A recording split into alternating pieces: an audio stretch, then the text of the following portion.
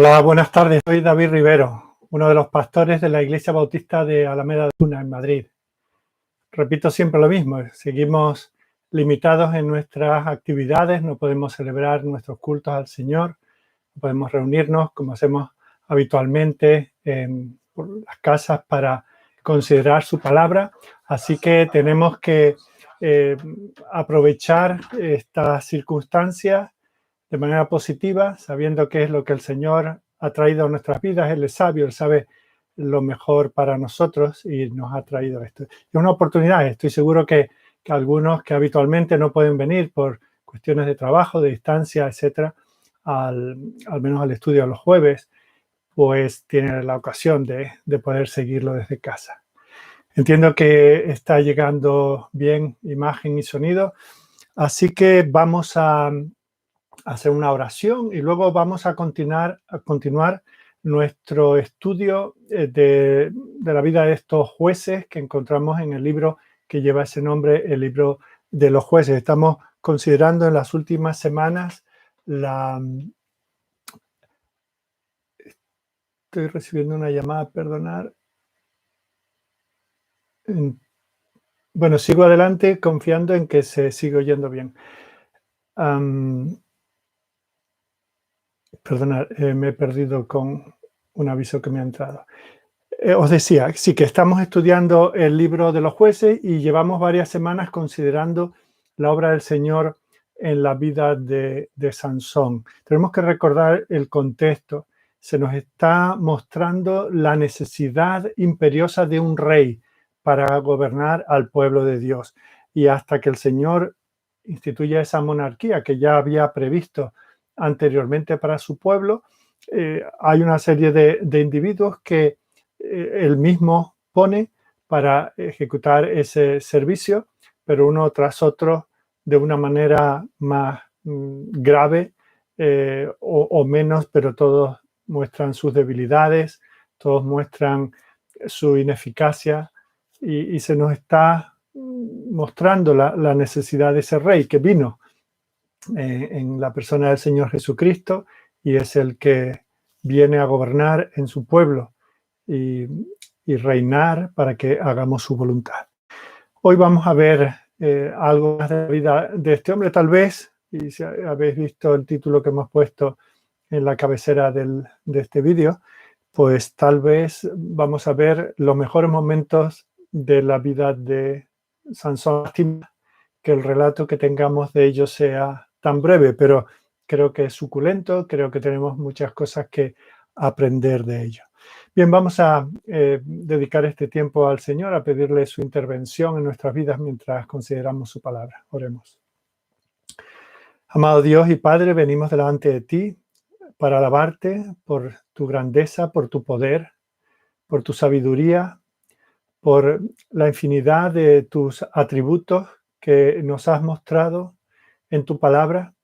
Todo lo que conocemos de ti lo podemos percibir porque tú nos lo has mostrado, parte en la creación, pero debido a que esa no es una revelación suficiente, la mayor parte de las cosas que conocemos de ti son debidas a tu revelación de ti mismo. Por medio de tu Espíritu, tú nos has dado a conocer quién eres, nos has dado a conocer los aspectos de tu naturaleza que nos es necesario saber para tener un concepto adecuado de ti y de cómo vivir en comunión contigo. Gracias te damos por tu palabra.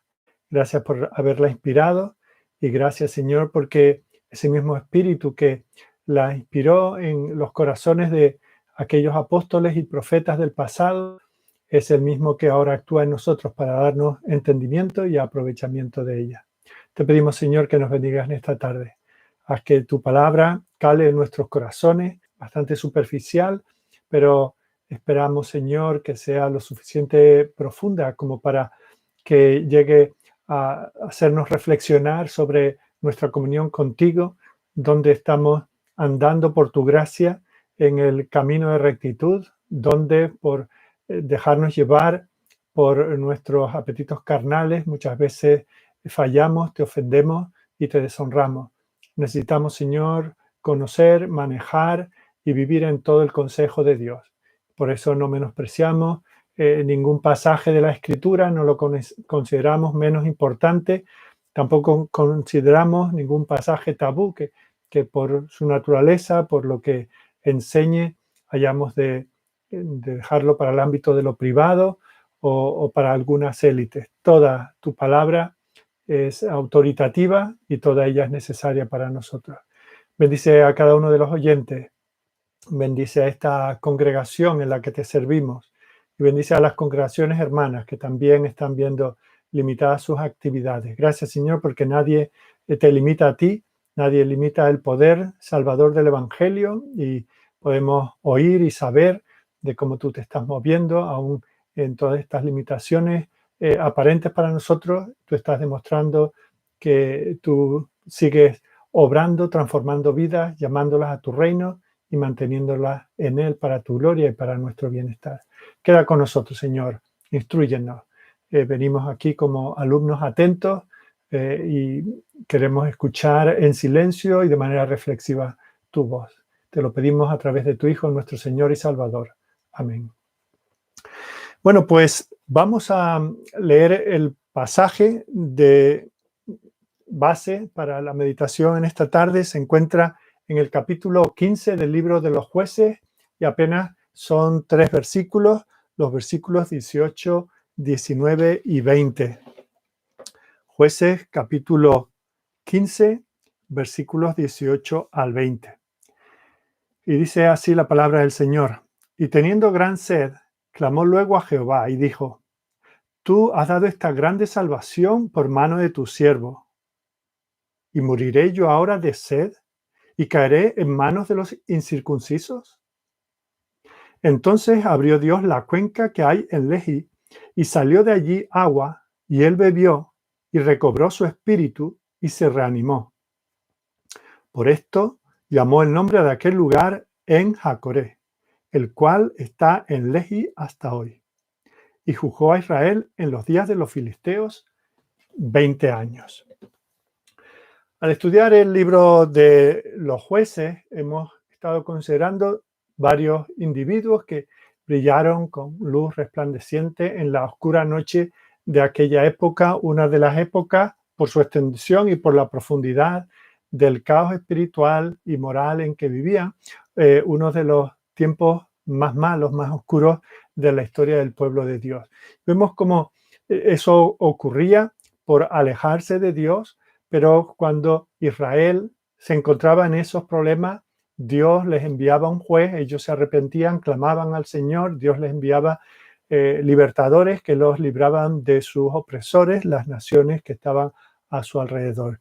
Y hemos estado viendo cómo la mayoría de los jueces eran, en general, con todas sus debilidades y carencias, eran hombres y mujeres fieles, obedientes, personas piadosas. Sin embargo, Sansón destaca por ser bastante diferente al resto. La mayoría de aquellos jueces que hemos estado considerando vivieron por la fe y fueron obedientes a la voluntad de Dios. Sin embargo, este hombre, Sansón, vivió la mayor parte de su vida no por fe, sino por el poder de su carne. Sansón pasó la mayor parte de su vida tratando de descomplacer al propio Sansón.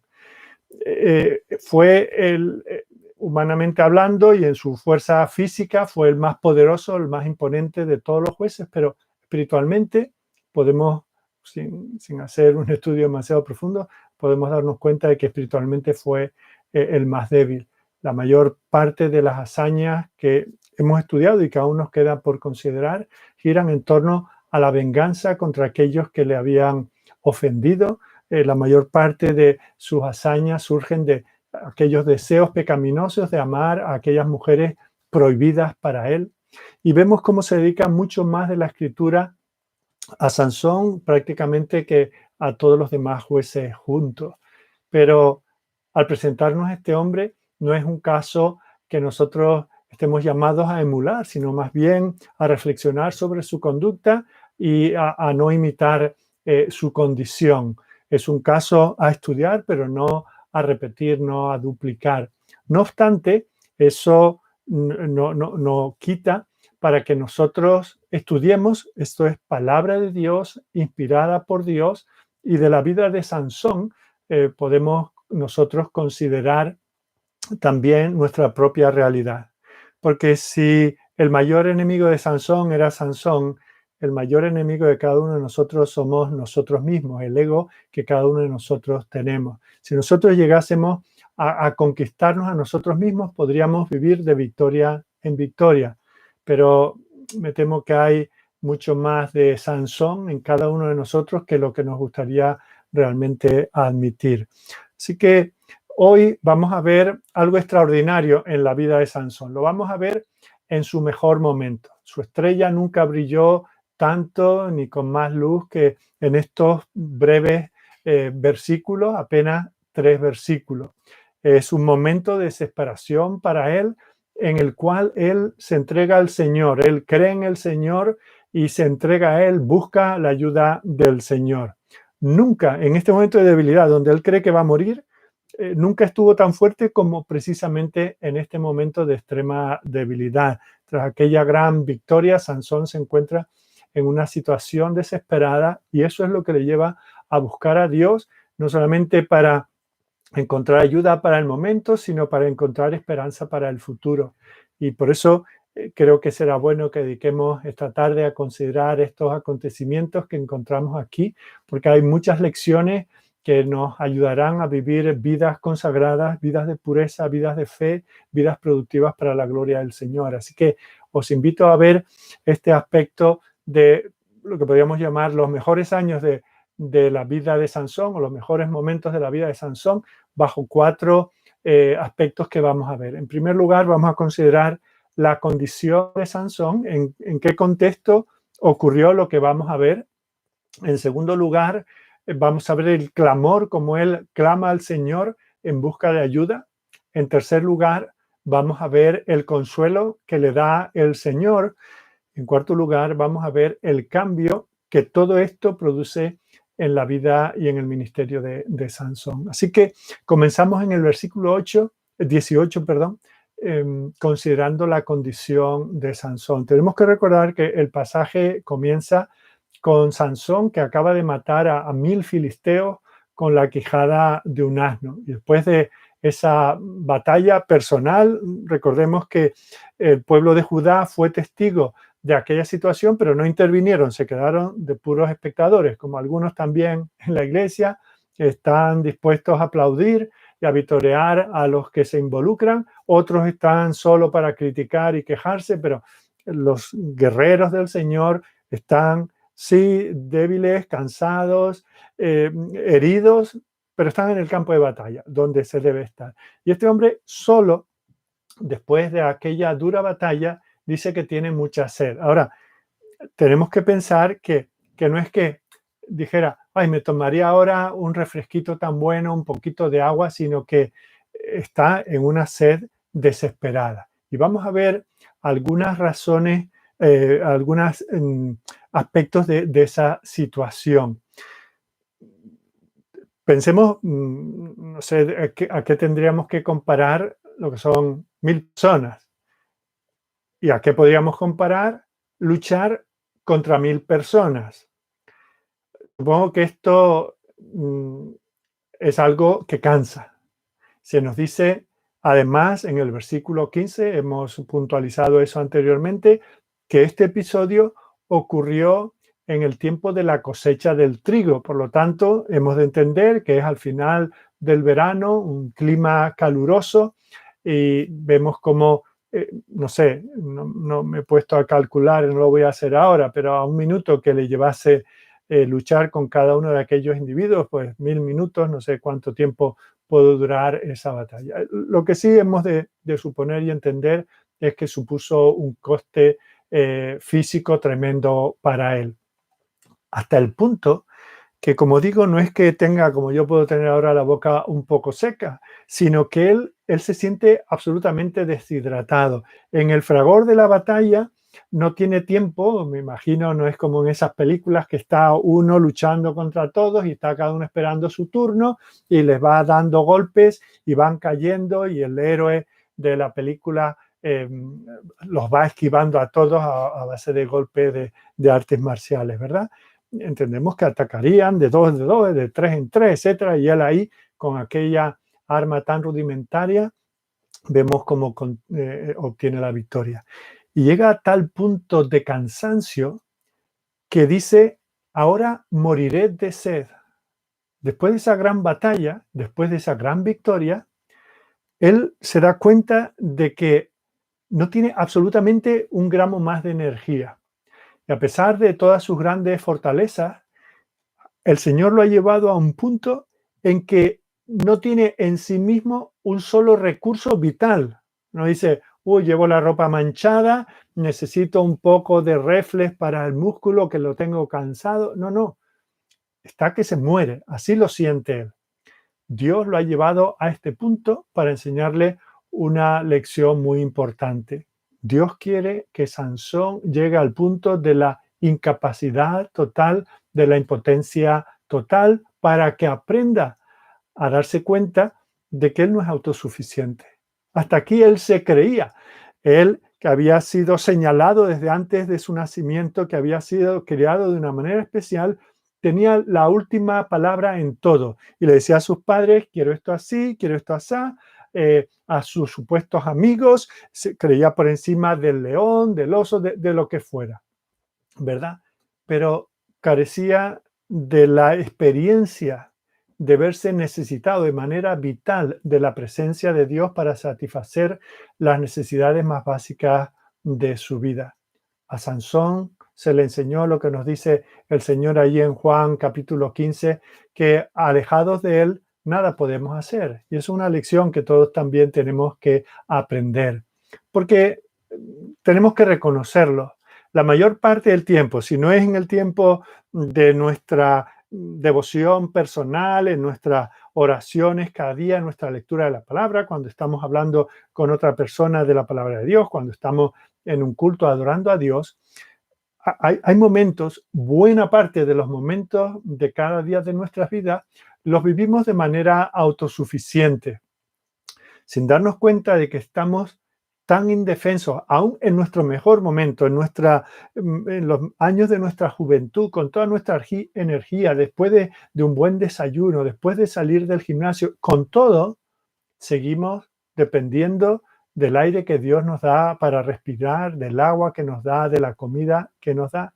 Tenemos vida, sostenemos la vida porque el Señor nos sostiene. Pero claro, muchas veces nosotros olvidamos eso, y es cuando Dios nos quita estas cosas que damos por sentado para recordarnos que lo necesitamos.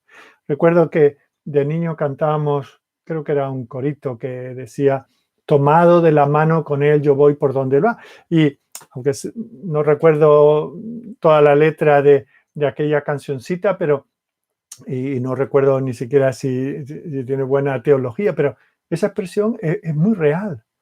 Sin Él no podemos hacer nada. Eso es lo que le recuerda el Señor a Pablo cuando él, que iba y venía y disponía, si iba con este compañero, si iba aquí, si iba allá, si se quedaba en un tiempo, por supuesto, movido por el Espíritu del Señor. Hay momentos en que él se ve con una necesidad imperiosa de pedirle al Señor: Señor, es que no puedo seguir. Y ora una y otra vez hasta que el Señor le dice: bástate mi gracia, depende de mí. Yo te doy la vida, yo te sostengo la vida. Esa es la situación a la que llegó Sansón y a la que a mí me gustaría que llegásemos todos sin necesidad de tener que vivir estas experiencias extremas a las cuales el Señor a veces nos tiene que llevar para que podamos escuchar su voz y prestarle atención. Así que ese ha sido nuestro primer punto, considerar la condición de Sansón. En segundo lugar, veamos su clamor. Dice ahí en el versículo 18 que teniendo gran sed, clamó a Jehová y dijo: tú has dado esta grande salvación por mano de tu siervo, y moriré yo ahora de sed y caeré en manos de los incircuncisos. Fijaos que en este momento de gran debilidad, no en el momento de su mayor fortaleza, no cuando quita la vida a aquellos 30 hombres para pagar una deuda del juego, no cuando ha matado o está en plena batalla con enemigos que le vienen de todos lados, sino ahora en ese momento de debilidad, Sansón hace por primera vez la cosa más inteligente que ha hecho en su vida hasta este momento. Invoca a Dios. Y lo hace con una breve oración. Apenas en español, la versión Reina Valera, son 24 palabras. Y en esas 24 palabras, Sansón está diciendo mucho. Dice mucho sobre sí mismo y dice mucho sobre Dios. Así que vamos a examinar qué es lo que dice. En primer lugar, vemos cómo es un clamor de humildad. Esta oración que brota de los labios de Sansón es muy diferente de lo que salió de sus labios solo un poquito antes, en el versículo 16. Recordad que allí él dice, con la quijada de un asno, un montón, dos montones, se hace poeta o se siente poeta, ¿verdad? Dice, con la quijada de un asno maté a 1000 hombres. Eso refleja que tiene un ego insuperable. Yo con la quijada de un asno maté un montón, dos montones. Yo con la quijada de un asno maté a 1000 hombres. Lo que destaca ahí es el yo. Ese poema es un elogio a su propia grandeza, a su propia fuerza. No hay ni una sola palabra para glorificar al Señor. Él apunta todos los focos, miradme a mí. Toda la gloria, toda la victoria se debe a mí mismo. En el versículo 14 se nos había dicho que el Espíritu del Señor vino sobre él, y algunas versiones traducen con poder. Vino y se mostró de una manera poderosa. Y aún siendo ese el origen de su fuerza y de su habilidad, a la hora de los títulos de crédito, no hay nada para el Señor. No aparece ni como el que trae los bocadillos, el que, como en las películas, ¿verdad? La costurera, el carpintero. No aparece Dios para nada. Pero ahora cuando Sansón es consciente, porque una situación lleva directamente a la otra, no pasa tiempo, es inmediata una cosa a la otra. Pero ahora el Señor le hace ser consciente de que ha llegado al final de sus habilidades y sus capacidades. Y es entonces cuando se humilla delante del Señor y reconoce su dependencia total de Él. Porque sabe que a menos que Dios intervenga, va a morir. Ya no es un asunto de gloria personal, es un asunto de supervivencia. Y este es un recordatorio para nosotros de cómo debemos acercarnos al Señor. No podemos porque aquí podemos pensar en estas personas que decretan, que ordenan, que oran, que parecen, iba a decir sargento, parecen generales, ¿verdad? De un ejército gritándole al Señor lo que tiene que hacer, cómo lo tiene que hacer, cuándo lo tiene que hacer, por qué razones lo tiene que hacer, ¿verdad? Hay algunos que oran así. Le exigen a Dios, le demandan a Dios, como si Dios fuese deudor de ellos. Nosotros tenemos que acercarnos a Dios con humildad, recordando que Él es el alfarero, que nosotros apenas somos el barro, recordando que Él no nos debe nada, que en su gracia nos ha prometido dar todo lo que necesitamos. Eso es lo que dice el apóstol Pablo allí en Filipenses 4:19. Él está seguro y por eso dice, mi Dios os suplirá todo lo que os falta conforme a la riqueza de su gloria en Cristo Jesús. Ese es el Dios que habla de los lirios del campo, que no tienen que hacer nada, pero que Dios los honra y les da la gloria, la hermosura que no tuvieron ni los más importantes reyes de Israel. Él es el que nos bendice con toda bendición espiritual en los lugares celestiales en Cristo. Por eso cuando nosotros vamos delante de Él, tenemos que ir humillados. Tenemos que ir, permitidme la expresión, súper humillados, recordando que aunque Él nos ha invitado a venir a Él con valentía, dice el autor de Hebreos en el 4:16, acerquémonos pues confiadamente, valientemente, atrevidamente al trono de la gracia para alcanzar misericordia y hallar gracia para el oportuno socorro. Fijaos, esa palabra que se puede traducir valentía, confianza, atrevidamente, eso no quita el contexto. Dice, acerquémonos a Él de esa manera, pero recordando que cuando nos acercamos a Él, nos acercamos a un trono, nos acercamos a un rey, y que no nos acercamos a nuestro siervo que nos debe, sino a un Dios que si nos da es de pura gracia, que nos tiene primero que extender misericordia para entonces obtener el oportuno socorro. Esa es la humildad con la que nosotros tenemos que ir. Valentía, claro que sí, pero humildad. Tenemos que venir a Él como niños pequeños, con un corazón humilde, con un espíritu manso, buscando las cosas que necesitamos. Así es como deben venir. Claro, esto es muy delicado porque también hay cada niño por ahí que nos estropea el ejemplo, ¿verdad? Pero un niño pequeñito, al cual sus padres están educando en el temor del Señor y conforme a los principios de la Escritura, cuando viene, no viene demandando como lamentablemente muchos niños que se crían sin el temor de Dios hacen, demandando a sus padres, los reconocen como el rey, la reina, el príncipe, la princesa de la casa y vienen demandando. Pero un niño que aunque es un pecador, aunque está necesitado de la gracia, viene esperando todo de su padre y clamando. Y lo vemos en la manera en que razonan. Papá, necesito esto, tú me lo puedes dar y te piden la luna, creen que su papá, su mamá se lo puede dar. En esa confianza plena, en esa fe absoluta. Y de hecho nos hemos encontrado cuántas veces le decimos, no, es que papá no puede hacer esto, es que papá no puede hacer lo otro. Ellos en su imaginación enseguida buscan un recurso, buscan una salida porque están absolutamente convencidos en esa, entre comillas, inocencia, no inocencia delante de Dios, que todos somos culpables, pero en esa, ese desconocimiento de las realidades, en esa credulidad natural que tienen, fijaos cómo vienen, no exigiendo, sino con toda expectativa, creyendo que les vamos a dar todo lo que nos piden, todos los deseos de su corazón. Así es como el Señor quiere que nosotros vengamos a Él.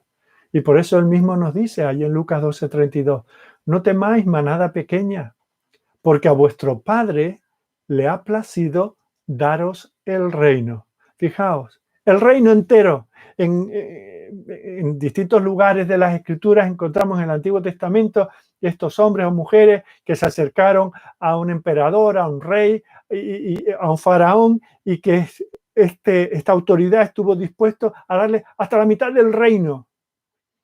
Pero vemos que Dios nos dice, mi reino es vuestro. No temáis, todo lo que necesitáis, aquí está vuestro Padre que os ama. Pero no olvidemos, Él es rey. Tenemos que ir a Él con confianza, pero con respeto, reconociendo quién es, reconociendo que Él todo lo puede y que hará su voluntad y lo que sea mejor para nuestras vidas. Así que en ese clamor de Sansón, lo primero que vemos es humildad. Pero no solamente Sansón se humilló, sino que honró al Señor. No solamente se humilló para que el Señor satisficiera todas sus necesidades, sino que aprovechó la ocasión para exaltar a Dios en su oración. Mirad de qué tres maneras se nos expresa aquí que Sansón honró al Señor en su oración. En primer lugar, reconoció el poder de Dios.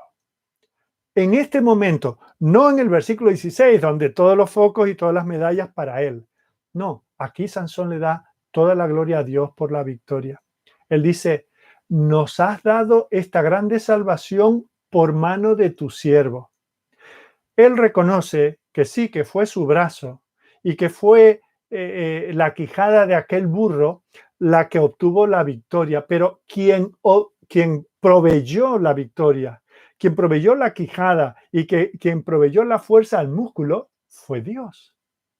Esta es una gran lección para nosotros, porque muchas veces actuamos pensando que nosotros podemos tener los mayores logros de la vida por nuestras cuentas. Y el hecho es que la vida misma, el respirar, el haber llegado a este día, es un regalo de la gracia de Dios. Y tenemos que dedicar el tiempo que sea necesario para reconocer su poder en nuestras vidas. Tanto que nos quejamos de todo, porque nos quejamos de todo y de todos. ¿Cuántas veces damos gracias al Señor por aquellas cosas de las que nos quejamos? Nos quejamos de que los tomates no saben a tomate. ¿Cuántas veces damos gracias al Señor por el agricultor que los produjo?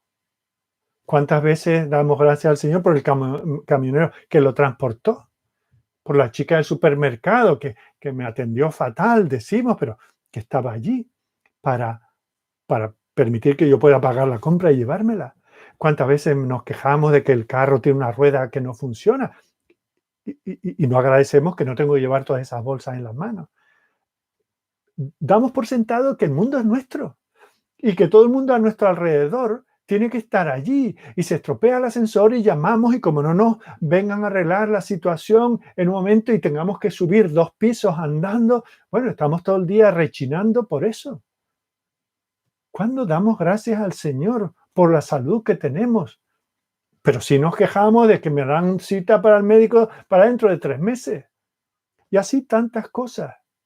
¿Cuánto nos quejamos de cómo marcha o deja de marchar nuestra iglesia?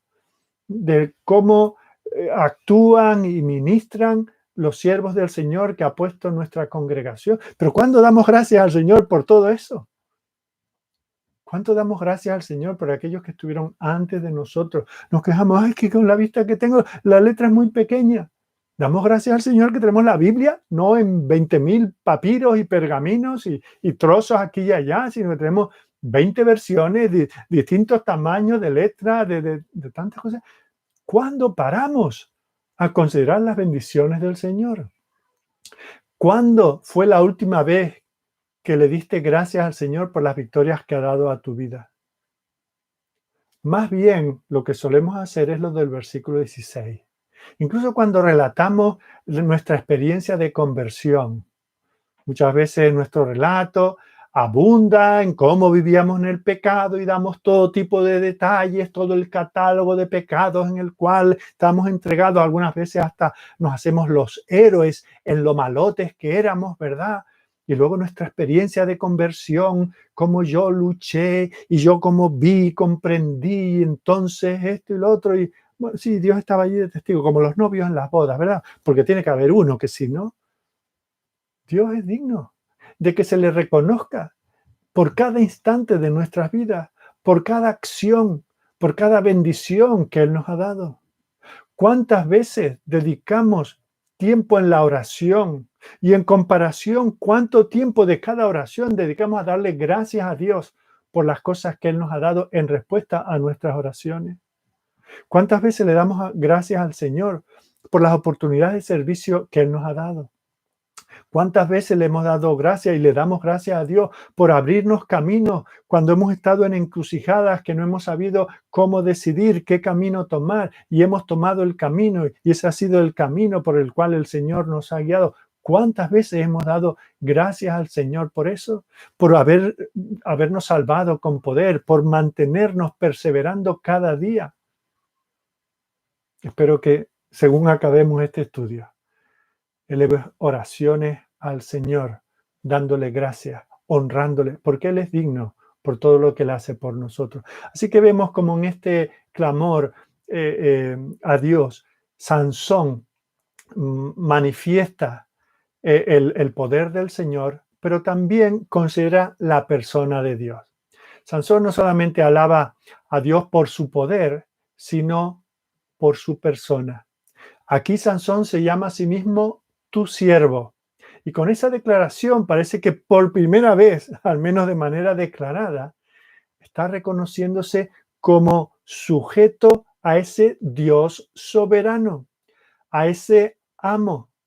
Está reconociendo que hay una autoridad sobre él, que su fuerza, que todas esas características con las cuales él fue criado por determinación de Dios, todos esos privilegios que él tenía, venían de Dios y que él tenía que reconocer a Dios. Este es el momento más grande. Cuando él está muriendo, literalmente, él se ve muriendo y por primera vez pones en orden sus prioridades. Y lo primero que ponía Sansón, y luego Sansón, las 10 o 20 primeras cosas de la lista es Sansón, y luego otras cosas, y luego otras personas, y luego Dios en algún lugar, si es que estaba. Y ahora vemos cómo en la escala de valores de Sansón, Dios está ascendiendo. Hasta ese momento, él ha sido el amo. Y Dios estaba simplemente ahí para ir recogiendo lo que él dejaba tirado. Pero ahora Sansón parece dispuesto a inclinarse delante de la autoridad de Dios. Y de nuevo, esto es una gran lección para nosotros, porque muchas veces nos olvidamos de quién es el amo y quién es el siervo. Tenemos que recordar que nosotros no hemos comprado a Dios. Nosotros no nos ganamos el favor de Dios, porque yo he ido a tantos cultos en mi vida, he leído la Biblia tantas veces, he hablado de él a tantos, he cantado tantas veces y de manera tan hermosa a Dios, que tengo a Dios a mi servicio. Ven para acá que me tienes que hacer esto. No, aunque así actuamos, es al revés. Por eso el apóstol Pablo tiene que decirle a aquella iglesia que estaban tan llenos de sí mismos como era la iglesia de Corinto. Le dice, ¿o ignoráis que vuestro cuerpo es templo de Dios, el cual está en vosotros, el cual tenéis de Dios y que no sois vuestros? Luego les tiene que recordar, habéis sido comprados por precio. No os glorifiquéis a vosotros mismos. No tenéis derecho a decir yo soy de tal, yo escojo a qué maestro sigo y yo escojo de qué grupito de la iglesia soy. No sois vuestros. Por eso tenéis que glorificar a Dios en vuestro cuerpo. Sois de otro. Y eso es lo que hace Sansón. Hasta ahora él está aprovechando los recursos de Dios, está abusando de la gracia, de la misericordia de Dios. Y en este momento, cuando él se da cuenta de que no tiene nada, que está exhalando lo que él piensa que son las últimas bocanadas de aire en su vida, entonces él se da cuenta de que él no tiene ningún derecho, pero que Dios lo tiene. Dios tiene todo el poder, todo el derecho de dirigir el curso de su vida. Él reconoce que él es el amo y que él es su esclavo. Nosotros haríamos bien también en recordar eso. Pero en tercer lugar, vemos cómo él no solamente reconoce el poder y la persona de Dios, sino también la preeminencia de Dios. Fijaos que Sansón no solamente se preocupa por morir, que ya era preocupación suficiente y legítima, sino que él se preocupa por lo que su muerte supondría para Dios. Por eso dice, moriré yo ahora de sed, coma, y caeré en manos de los incircuncisos.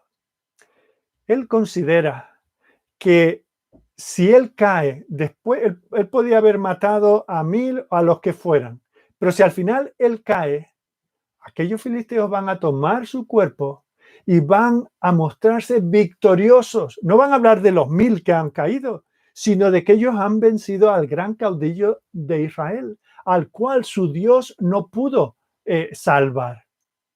Entonces, pensando en eso, Sansón no solamente pide, presérvame la vida, sino dice, porque si no lo haces, tú mismo vas a ser deshonrado.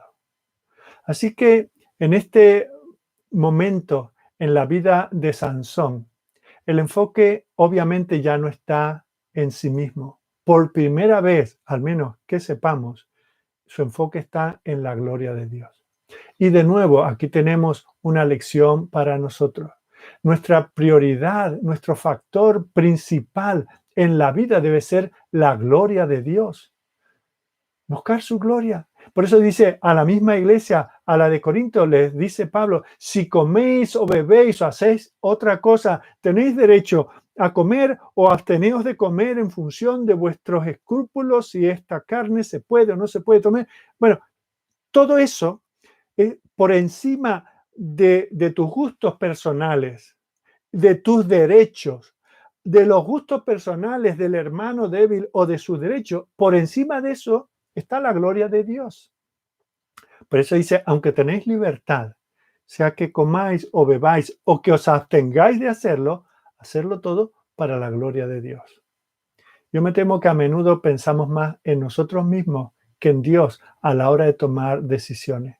Hacemos lo que nos place, vamos a donde nos da la gana, actuamos como queremos, sin tener en cuenta que lo que nos suceda a nosotros refleja al Señor.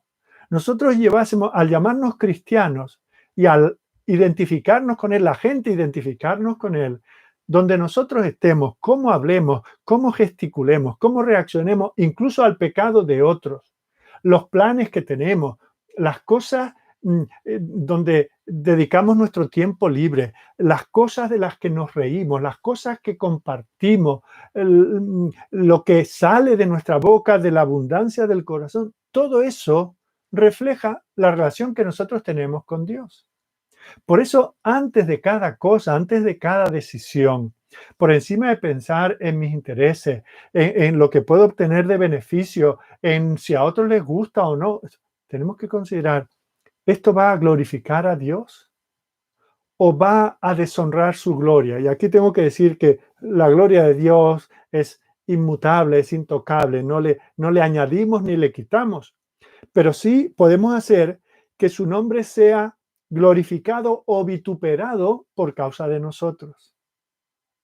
Su fama, su buen nombre, su capacidad de tomarnos y cambiarnos estará en entredicho si nosotros actuamos como impíos.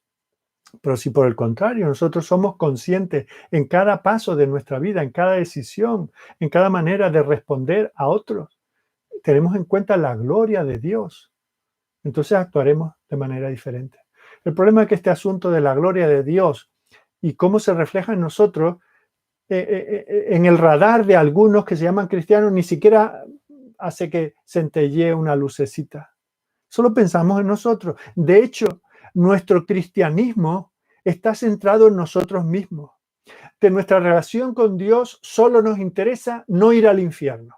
Solo nos interesa disfrutar las glorias del cielo cuando llegue el momento y vivir de la mejor manera posible.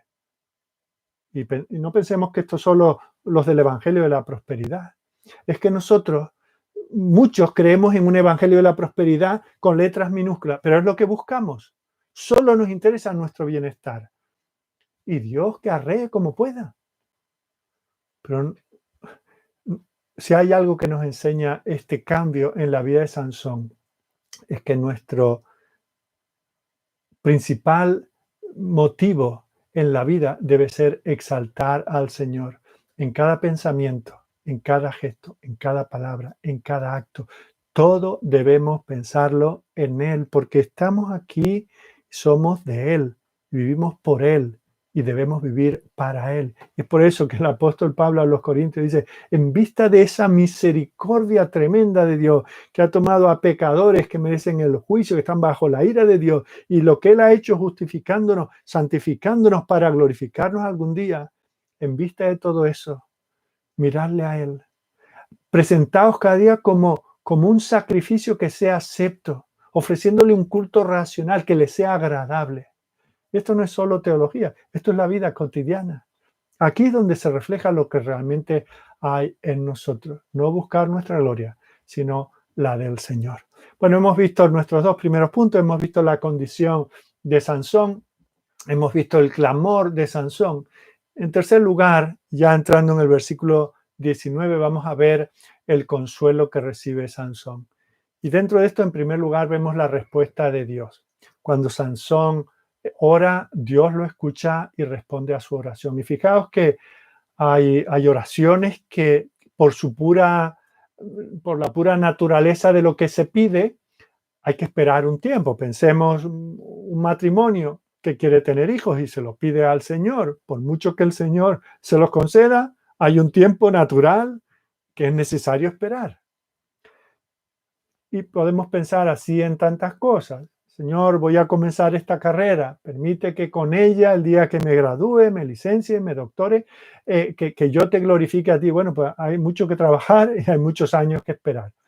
Pero fijaos que esta oración requiere, por la naturaleza de la situación, requiere una respuesta inmediata. Y el Señor da esa respuesta. Y dice, entonces, esa palabra que parece no decir mucho, habla de la inmediatez. Se necesitaba agua en aquel momento. Recordemos, es el final del verano, es en tiempo ya de que los campos están secos para la siega. No hay agua. Si hubiese un riachuelo por allí, ya él hubiera ido y no hubiéramos conocido este episodio. No hubiera ocurrido. Pero en medio de aquel secarral, dice que Dios abrió la cuenta que hay en Lehi. Dios abrió un manantial que estaba oculto. Al menos él desconocía. Los que estaban a su alrededor desconocían aquello. Y aquí tenemos una evidencia de que Dios es Dios y que Él decide en este momento de darle agua a Sansón. Cómo lo hace es asunto suyo, pero Él lo hace. Lo que importa es ver cómo Dios oye el clamor de su siervo y escucha sus oraciones. Y fijaos, esto nos enseña muchas cosas, entre ellas que por mucho que nosotros seamos infieles, Él permanece fiel. Él tenía un propósito para este hombre. Y nos dice, ahora vienes, ahora me pides agua, tú que me has deshonrado con toda tu vida, desde que eres un jovencito y comenzaste a rebelarte a la autoridad de tus padres y con eso a mi autoridad. Después que no atiendes a ninguna otra reprensión, después de que eres un hombre de sangre, un hombre vengativo, un hombre que ha provocado la muerte de personas que no tenían por qué haber muerto, ¿tú vienes ahora a pedirme a mí que yo te alargue la vida? Aquí se muestra la misericordia de Dios. A este hombre que no lo merece, como nosotros tampoco lo merecemos, el Señor lo escucha y contesta a su oración. Y eso es algo que nosotros tal vez no valoramos lo suficiente. El Señor, conociendo cómo somos, todavía nos dice, como a través del profeta Jeremías, clama a mí y yo te responderé. Hablamos de él el otro día, ¿verdad? Y te enseñaré cosas grandes y ocultas que tú no conoces. Estarás clamando a mí por agua y estás tal vez con tus pies puestos sobre una fuente de agua subterránea. Por eso el Señor dice también en Isaías, y también lo estudiamos no hace tanto, ¿no? En el capítulo 65, 24, antes que clamen responderé yo. Mientras aún hablan, yo habré oído. El Señor tenía previsto aquellas aguas claras, frescas y abundantes que no estaban a la vista ni en el conocimiento de Él y aquellos hombres testigos de lo que allí estaba sucediendo, pero que el Señor tenía previstas que corriesen en aquel lugar en tiempos de sequía. El Señor promete responder a nuestras oraciones y por eso, y os recuerdo, aún siendo como somos, Él dice, pedid y se os dará. Buscad y hallaréis, llamad y se os abrirá. Por supuesto, no es que tengamos que ganarnos el derecho a pedirle al Señor. Claro que tenemos que vivir vidas consagradas a Él, vidas que le glorifiquen, como hemos visto hace un momento. Pero el Señor es generoso, el Señor es misericordioso. El Señor se ofrece a darnos y nos compara, dice, como si vuestros propios padres, que son impíos, y os dan lo que le pedís, ¿cómo vuestro Padre no va a dar lo que pidáis? Y vemos como una oración tan pequeña, el Señor la escucha. No es una oración estructurada como vemos que las oraciones principales de las Escrituras están estructuradas con una parte de acción de gracia, una parte de confesión de pecado, primero una parte de alabanza, confesión de pecado, adoración y petición, aunque sea una oración atropellada, la oración de un moribundo, porque así se siente este hombre. El Señor invita a que vengamos a Él. Acerquémonos, dice en el libro de Hebreos, el 4:16, acerquémonos a Él confiadamente, al trono de la gracia, lo veíamos antes, ¿verdad? Para alcanzar gracia, la misericordia, el favor oportuno que necesitamos en cada momento. El Señor nos da grandes promesas para la oración. Y el Señor no solamente dice, venid, orad y ya veremos. No, el Señor dice que Él obrará con poder. Y el problema es que muchas veces deseamos pero no pedimos. ¿Por qué? Porque lo buscamos por nuestros medios. Y dice allí en Santiago, un versículo muy importante a la hora de orar. Santiago 4:2 dice, codiciáis y no tenéis. Nos matamos por conseguir ciertas cosas, ciertas comodidades, ciertos privilegios, ciertas abundancias en la vida, librarnos de ciertos problemas. Dice, y no tenéis. Sois capaces hasta de matar. Fijaos, esos padres que por tener una vida de felicidad y de fiesta, etcétera, matan a sus propios bebés que han concebido, ¿verdad? Pero no tienen con eso lo que buscan. Arden de envidia, quieren lo que desean otros, pretenden alcanzar, luchan, combaten, dice, pero no tenéis simplemente porque no pedís. Imaginaos si este hombre, en lugar de orar al Señor, se pone ahí a cavar en cualquier lugar. Podía haber dejado su último aliento en eso. Pero el Señor responde. El Señor responde, no solamente dándole agua, sino avivando el corazón de Sansón. Y esa es la segunda cosa que vemos de la respuesta del Señor. Cuando Sansón ora, Dios le escucha. Y Dios produce un gran milagro, dándole lo que él necesitaba, ni más ni menos que lo que él necesitaba en aquel momento.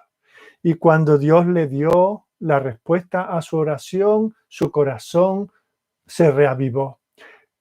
Sansón no solamente experimentó un avivamiento físico para poder seguir viviendo, sino que experimentó un avivamiento espiritual. Fijaos, hay dos momentos básicos en la vida de una persona, de una iglesia, en que necesitamos un avivamiento. En tiempos de iniquidad y en tiempos de debilidad. En ambos momentos. Y necesitamos, en esos dos tipos de momentos, necesitamos que Dios venga y nos hable, que Dios renueve nuestras fuerzas, que Dios nos dé un avivamiento. ¿Y cómo nos lo da? Por su palabra. Dice que somos renacidos por su palabra, que es como una fuente de agua viva. Es por ella que somos liberados en tiempos de iniquidad y en tiempos de debilidad. Si nosotros queremos tener un avivamiento, tenemos que venir delante del Señor, traer nuestras almas cansadas y abatidas, para que entregándolas a Él, llegando ya al final de la cuerda, viendo que no podemos más por nosotros mismos, tenemos que ir a Él. Y Él nos contesta y Él responde. Y nos sometemos a Él, a su señorío. Y hacemos su voluntad. Recuerda que también nos dice que no tenemos que ser simplemente oidores, sino hacedores de la palabra. Hay mucha bendición en prestar atención, en poner el oído, en honrar la palabra de Dios, en seguirla, en obedecerla. Llega a ser para nosotros una fuente de agua viva. Nos renueva. Fijaos, si cuando nosotros estamos pasando por tribulaciones, pequeñas o grandes, hasta este tipo que ya creemos que es el último día de nuestras vidas, y cuando el Señor responde y nos alarga la vida, si nos paramos ahí, si eso es todo lo que recibimos, el aspecto material, la liberación física, el quitarnos del apuro del momento, si no aprovechamos esa circunstancia para dejar que el Espíritu de Dios, por su palabra, reavive nuestros corazones, no habrá valido la pena todo aquel sufrimiento. Es necesario que Dios intervenga. Por su palabra, Él obra en nosotros. No estemos esperando milagros. Los tiempos de los milagros pasaron. De hecho, recuerdo que ni siquiera en la historia que relata la Biblia, ni siquiera en cualquier momento cualquiera hacía cualquier milagro. Momentos muy puntuales, muy concretos y muy espaciados entre ellos fueron aquellos en los que Dios obró milagros. El Señor hoy obra por su Espíritu y por su palabra. Una vez que esos milagros atestiguaron que aquellos hombres, aquellos profetas, aquellos apóstoles, Jesús mismo eran profetas de Dios, y con eso quedó como el poder notarial, con esos milagros, el Señor declaraba que había que escuchar la voz de estos hombres. Acabado ese proceso de revelación, ya no hay más necesidad de milagros. Pero el Señor sigue con esta misma palabra. No necesitamos nuevas revelaciones, esta misma. Tenemos suficiente. ¿Para qué queremos más si no obedecemos lo que tenemos ya escrito? Lo que hace tiempo que tendríamos que conocer y conocer bien. Lo que tenemos a nuestra disposición y tendríamos que manejar bien. ¿Queremos nuevas revelaciones? ¿Nuevos mandatos de Dios? ¿Nuevas promesas? ¿Es que son insuficientes las que hay? Terminamos. Hemos visto la condición de Sansón, su clamor, su oración. Hemos visto el consuelo de Dios. Finalmente, en el versículo que nos queda, vamos a hablar del cambio que se produjo en Sansón. Y después de estos acontecimientos allí en ese lugar llamado Lehi, da la impresión, podemos afirmar, que hubo un cambio de rumbo en la vida de Sansón. Se nos dice aquí muy brevemente, ya digo que hoy no tenemos mucho material del que extraer estas enseñanzas, pero muy jugoso este pasaje igualmente. termina este capítulo diciendo que Sansón juzgó a Israel en los días de los filisteos 20 años. No tenemos ningún relato de lo que hizo durante esos 20 años. Fijaos, de los años previos tenemos mucho, todo penoso, todo lamentable. De lo que le queda por vivir tenemos bastante, igualmente penoso, muy lamentable la mayor parte. Pero de esos 20 años, de esos que me he atrevido en llamar los mejores años de la vida de Sansón, apenas tenemos nada escrito.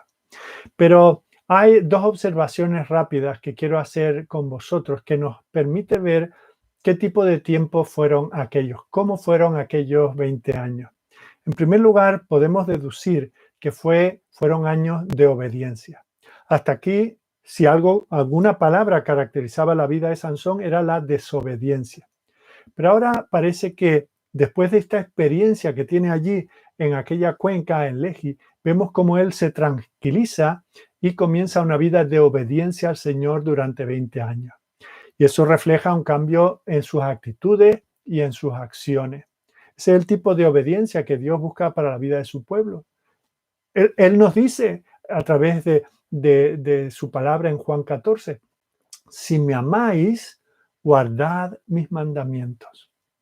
El Señor quiere, como veíamos antes en Romanos capítulo 12, que por la misericordia que Él ha tenido con nosotros, que ya no vivamos para nosotros, sino que nos entreguemos como un sacrificio vivo, que ya no vivamos para agradarnos a nosotros, sino para agradar a Dios. Ese es nuestro culto racional. No es ir al culto cuando se puede y estar allí calentando el banco. Es entregar nuestras vidas en obediencia al Señor. Si decimos que le amamos, Él nos dice, el que me ama, mi palabra guardará.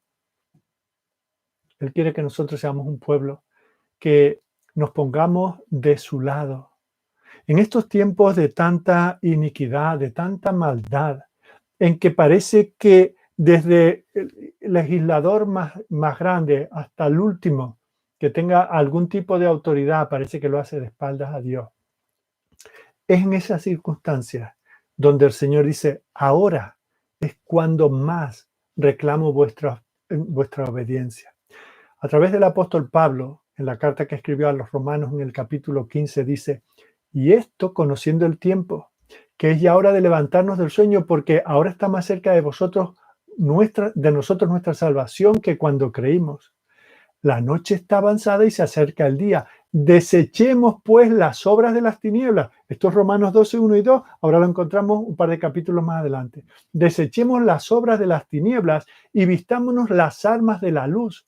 Andemos como de día, honestamente, no en glotonerías y borracheras, como vivió este hombre tanto tiempo y como lamentablemente, si no esos pecados concretos, otros igual de desastrosos y de deshonrosos para Dios, vivimos en ellos.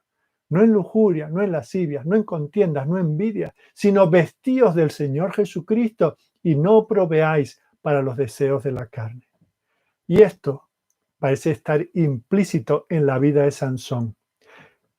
Todos estos años para pasar página y olvidarlo. Pero durante 20 años, este hombre parece que obedeció, vivió en obediencia. Y vemos como también podemos deducir ahí que esos 20 años fueron tiempos de orden, tiempos de paz para Israel. Por esta situación, porque el Señor le ayudó a vencer a aquellos 1000 filisteos y luego mantener su vida, él pudo dar gloria al Señor, mantener la paz, proteger al pueblo, por fin desarrollar el ministerio para el cual el Señor lo había apartado, lo había santificado desde el vientre de su madre.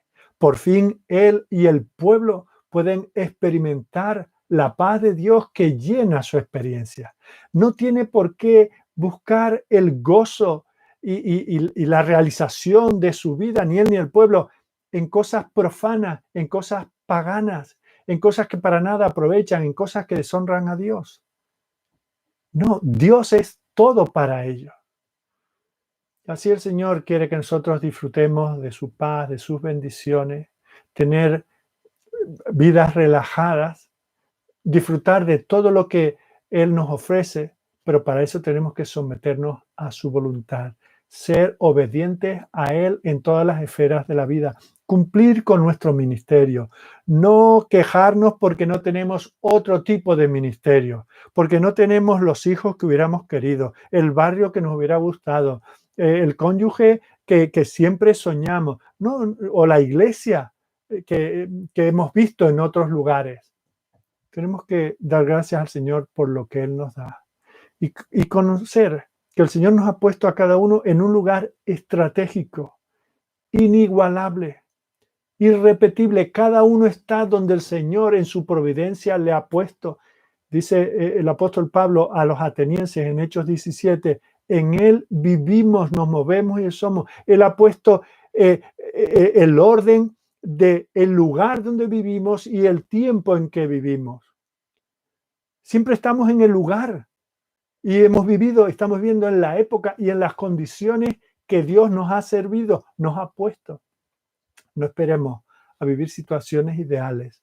En estas podemos servir. Y cuando este hombre se encara con Dios, cuando este hombre llega al final de sus recursos y reconoce su incapacidad, su impotencia, pero reconoce que Dios es todopoderoso, entonces su vida cambia.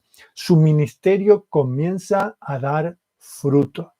Todo comienza con un reconocimiento de Dios, con una rendición a Él, con glorificarle, con honrarle, con ceder la primacía en su vida. Y es así, en pequeñas cosas, fijaos, que Dios a veces nos sorprende cómo Él actúa, ¿verdad?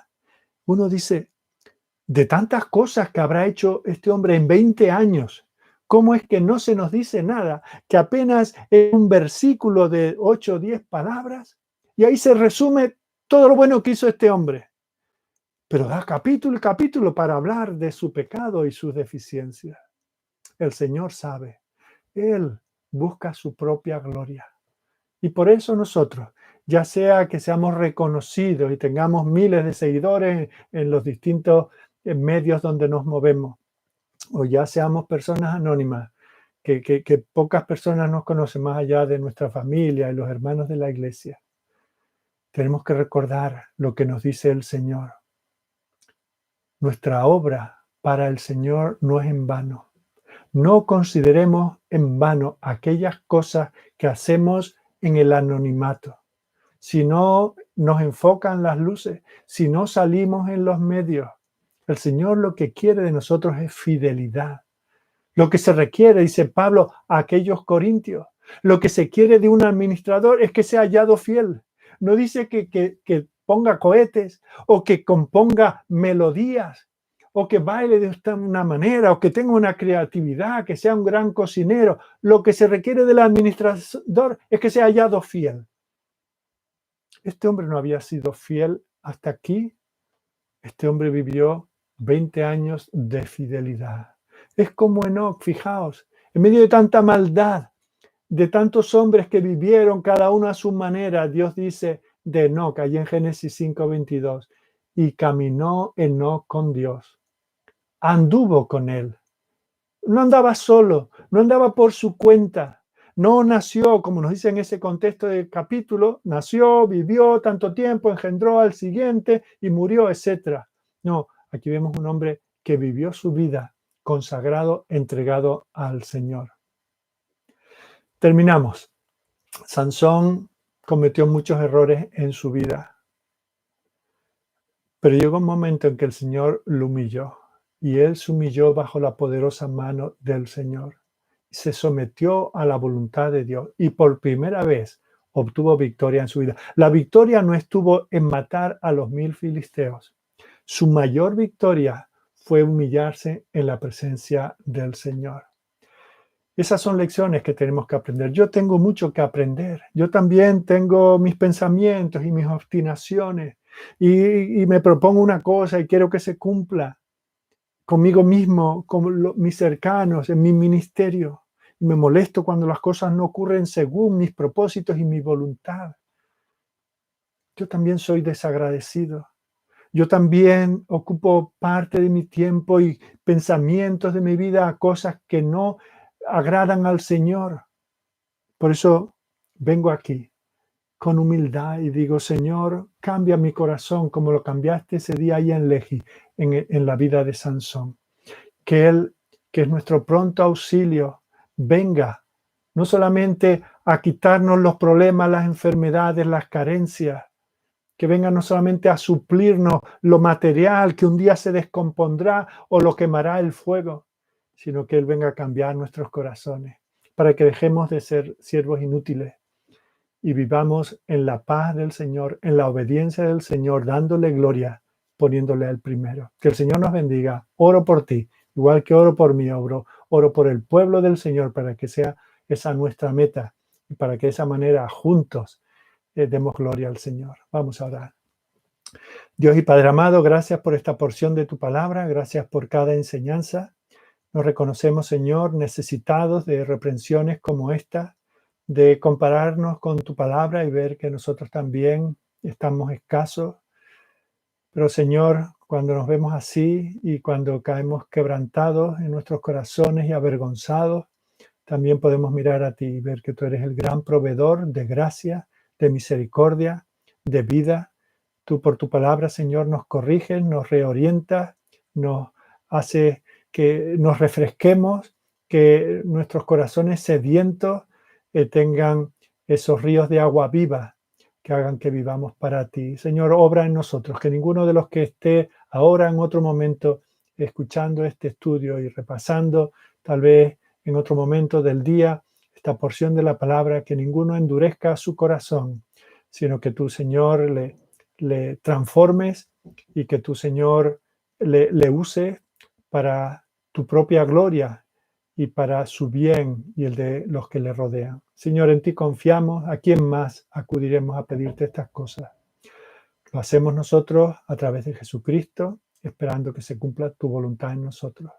Amén. Bueno, muchas gracias por vuestra atención. El domingo, si Dios quiere, a las 10:30, hora de Madrid, estaremos emitiendo otro estudio. Buenas noches.